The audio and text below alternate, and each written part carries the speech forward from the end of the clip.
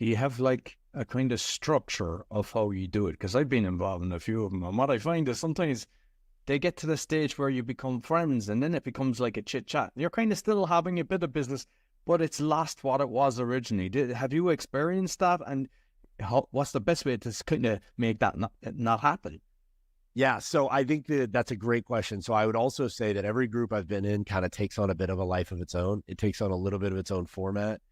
And some of them, if you don't have a heavy structure, just like any organization, any group, whether it's your company, whether it's your family, if you don't have a strong structure, it'll just kind of morph into whatever it is. And so if you don't want that, then implement a structure. And so the one I'm going to go to on Thursday, I started it 15 years ago. It has a really simple but standard format that we follow, which is, we start out with basically lunch. We kind of meet for an early lunch. We have the chit chat hour or so of lunch. Everybody's eating. We're catching up, what's going on in the world. Then we switch into updates for each company. And so this is a group that's 10 or less people. You can't do this with 25 people, but we go to a quick update for everyone's business. That way, every month we know what's happening. We know anything big, anything, that's really eating at the owner of the business.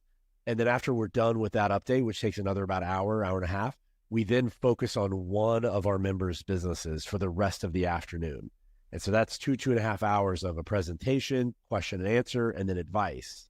And so at least once a year, you're getting that in-depth mastermind focus. But every month, you're keeping up with what's happening with everyone. And so we found that format, it takes about a half a day, but I look forward to it every month. There's a tremendous amount. I mean, I've gone home and literally had champagne in celebration of one of my other members' victory in his business. He finally sold his business, and I went home and told my wife, I said, hey, it's a little bit weird, but we're drinking champagne tonight. Actually, his name's Roy.